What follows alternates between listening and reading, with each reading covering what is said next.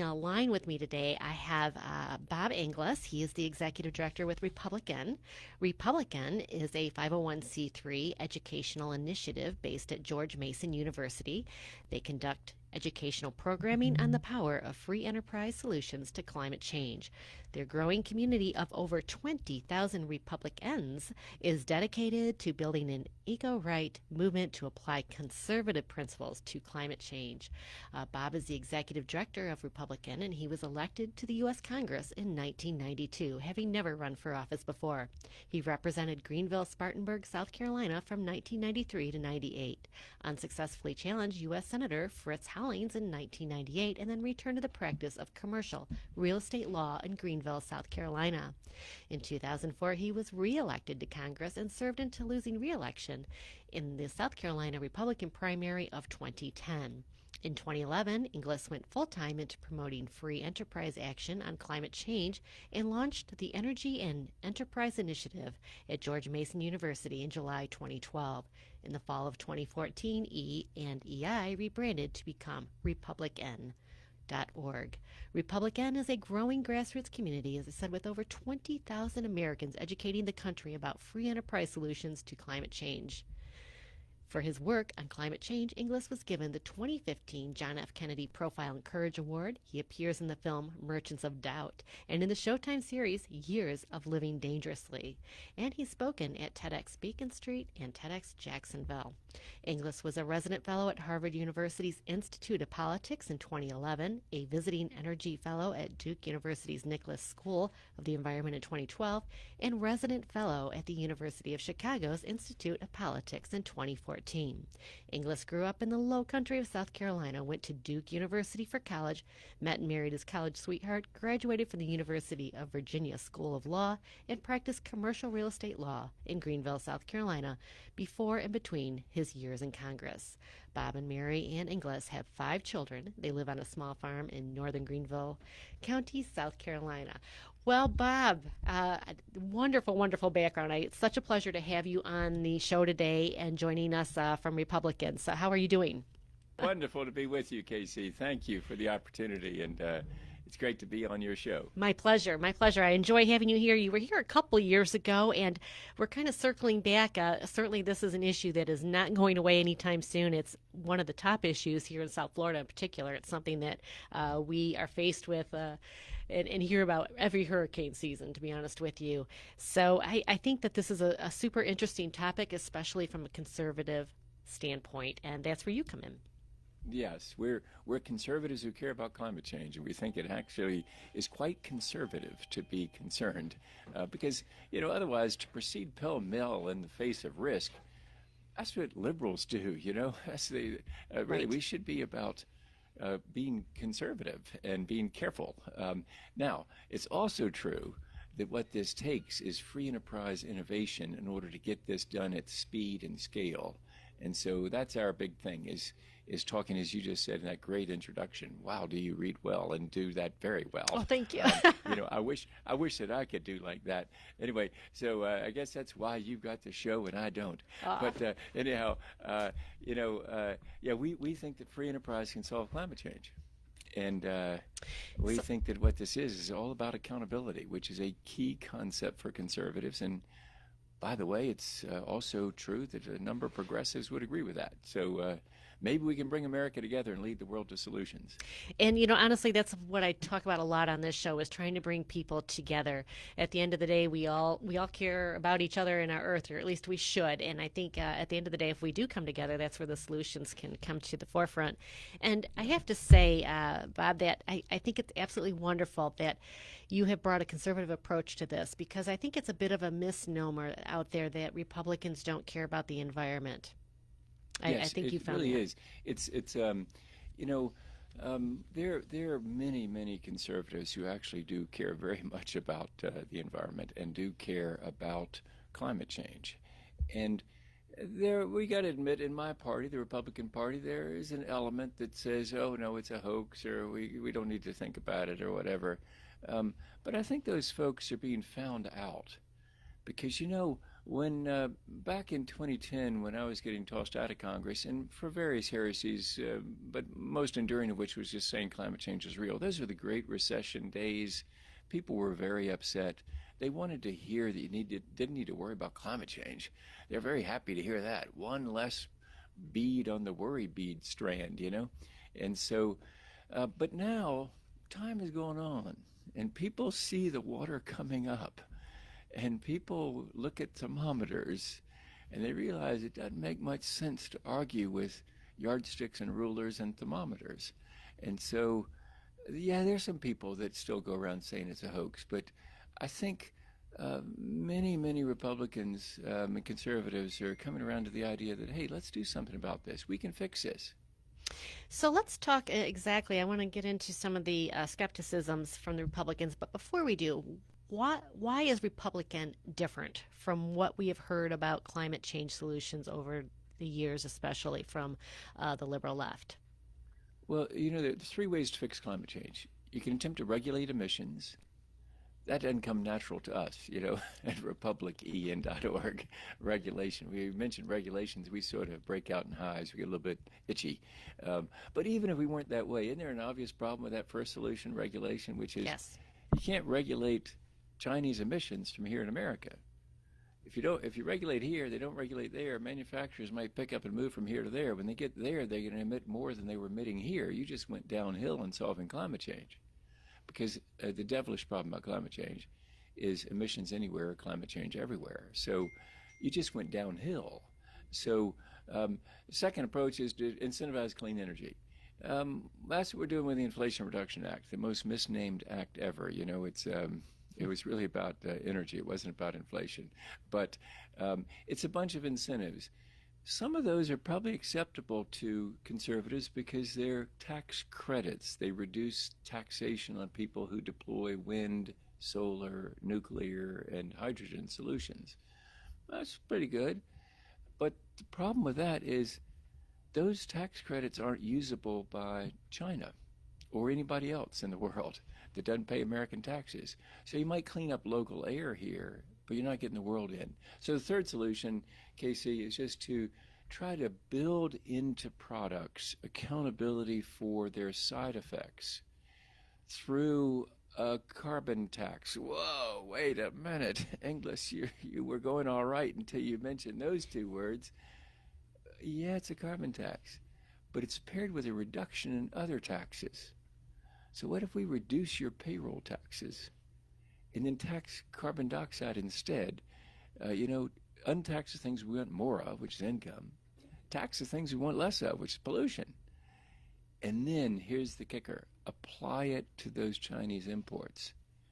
We think that can be done in a World Trade Organization compliant way, meaning that the Chinese would find it in their interest to do the same thing.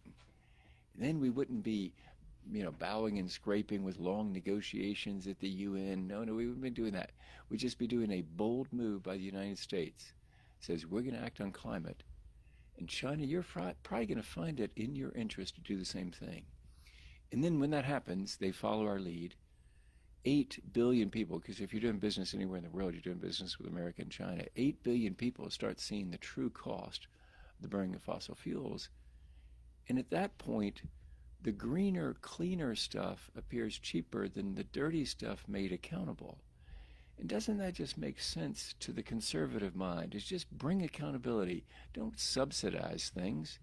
Just bring accountability. And then watch free enterprise deliver innovation. That's it. You press play, you got the download there, Casey. I actually love it, and it's very interesting, in particular as you talk about China, because this is probably one of the largest manufacturing areas in the world that we can't regulate. The only way we really can talk to China is through, as you said, tariffs, if they're coming, if you want to call it that, as we're importing their products. It's really the only way that we can have any, control. Yeah, and this would be a tariff. This would be is clearly a carbon tariff. And it's what we're about to have to pay to send goods into Europe, which is a thing that may cause, some listeners might be thinking, yeah, Inglis, this sounds like a pipe dream, man. I mean, when is that ever going to happen? But lights are starting to go on in the U.S. Capitol because this is about to happen to us with Europe. So, for example, Nucor Steel makes some pretty clean steel in South Carolina. They send it to Europe, let's say. When it gets there, starting 2026, they're going to have to buy carbon credits, European carbon credits for those emissions. Essentially, it's a carbon tariff on entry into of that steel from South Carolina into Europe. And I think the lights are going to go on for people when they get the call from Nucor saying, we got to pay the tax either in Europe. Would you rather collect it here? It makes no difference to us because it makes no difference to our customer. We're going to have to pay it. So would you rather have us forking over money to the Europeans, or would you rather have it here? And then I think the big light's going to go on at the top of the U.S. Capitol. It says, oh, wow, we could do that to China.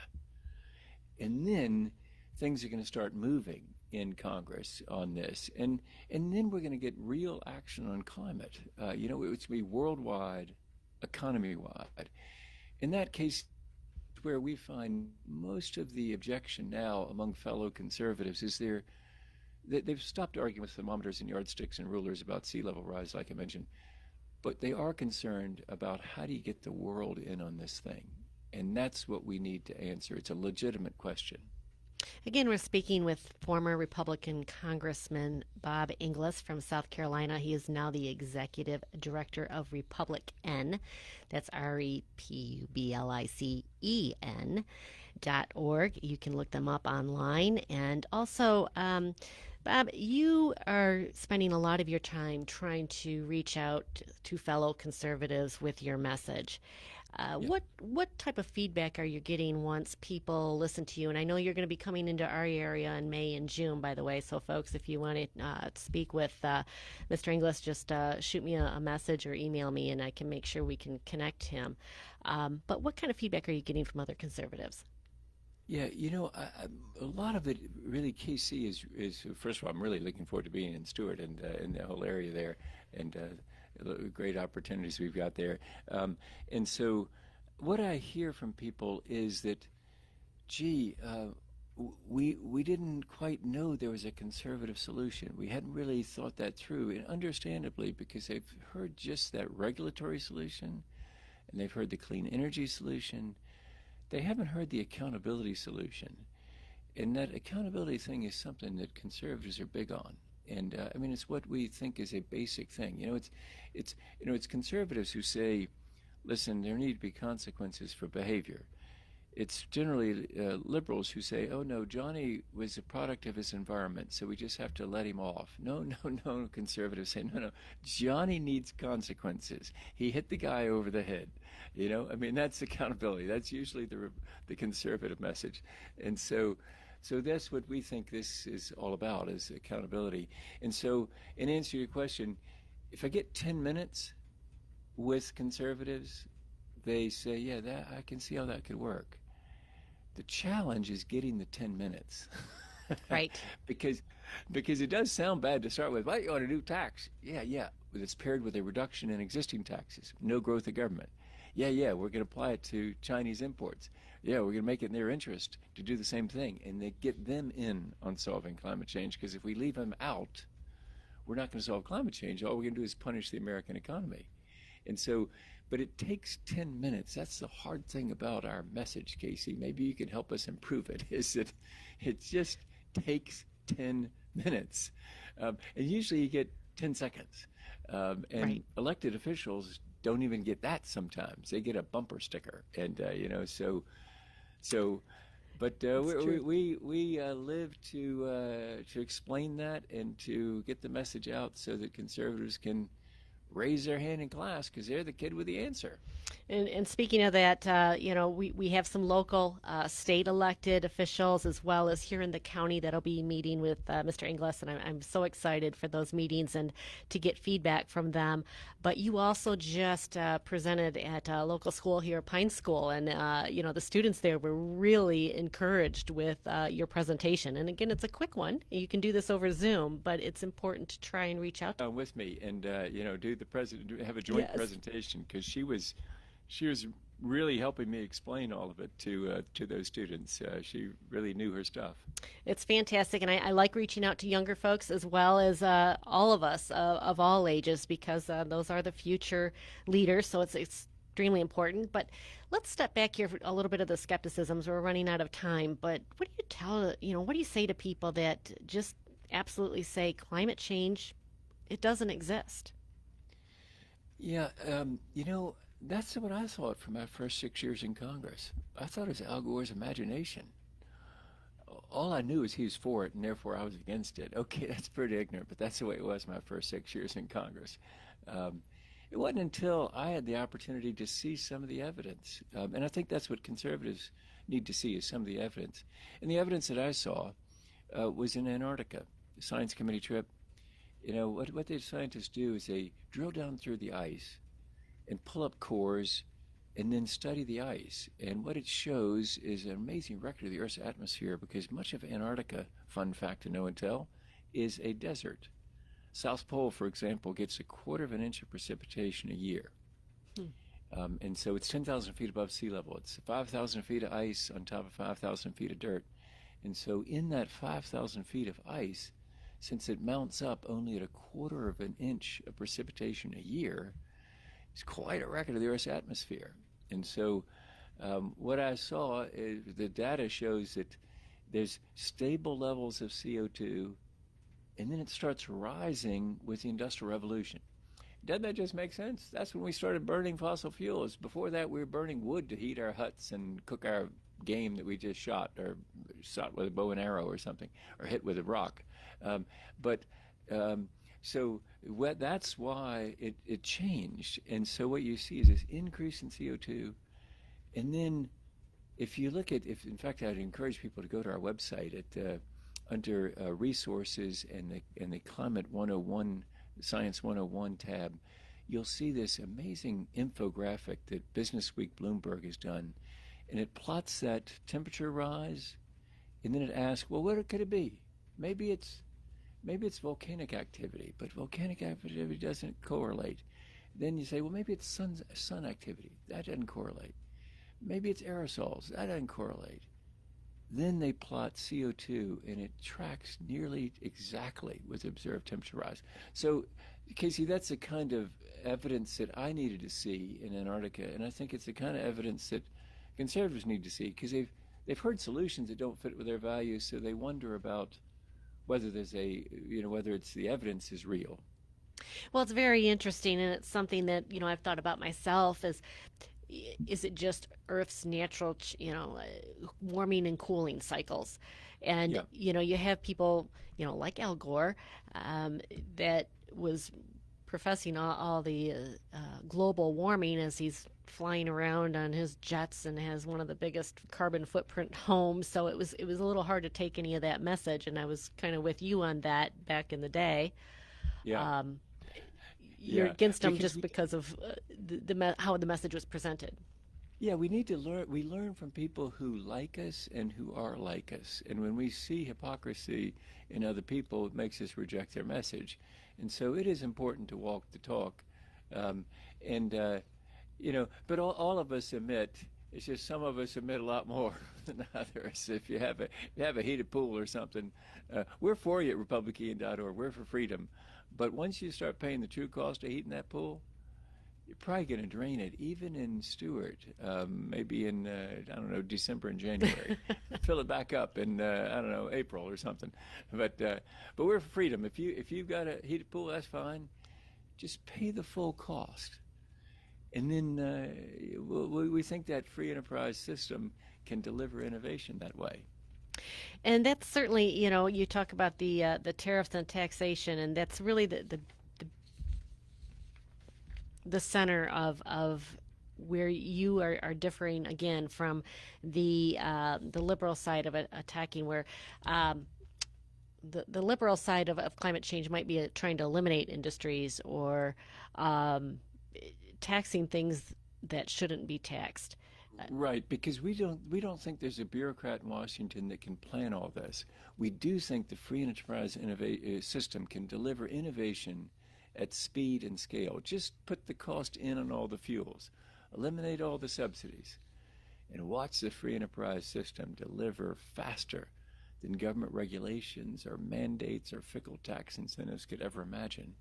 Because you talk about on your website even incentivizing that it really doesn't do enough to address climate change. Right, you got to just build the cost in on fuels, and then the clean ones end up doing better than the dirty ones, and that's free enterprise, and it works. So again, this is Bob Inglis. He is with RepublicEn, Republic with an EN at the end, .org. A lot of great information. Again, he will be here in town in May 20th and 21st, meeting with a lot of different folks. Please reach out to me. I can connect you with Mr. Inglis if you would like him to come speak with your groups, and I think we're going to have him back in June as well. This is a super important message, and Bob, I appreciate you coming and sharing your message with us on the radio today. It's very insightful. Great to be with you again, Casey. Looking forward to seeing you in person soon. Yes, you will in just a few weeks. So again, folks, RepublicEn.org and former Congressman Bob Inglis, the executive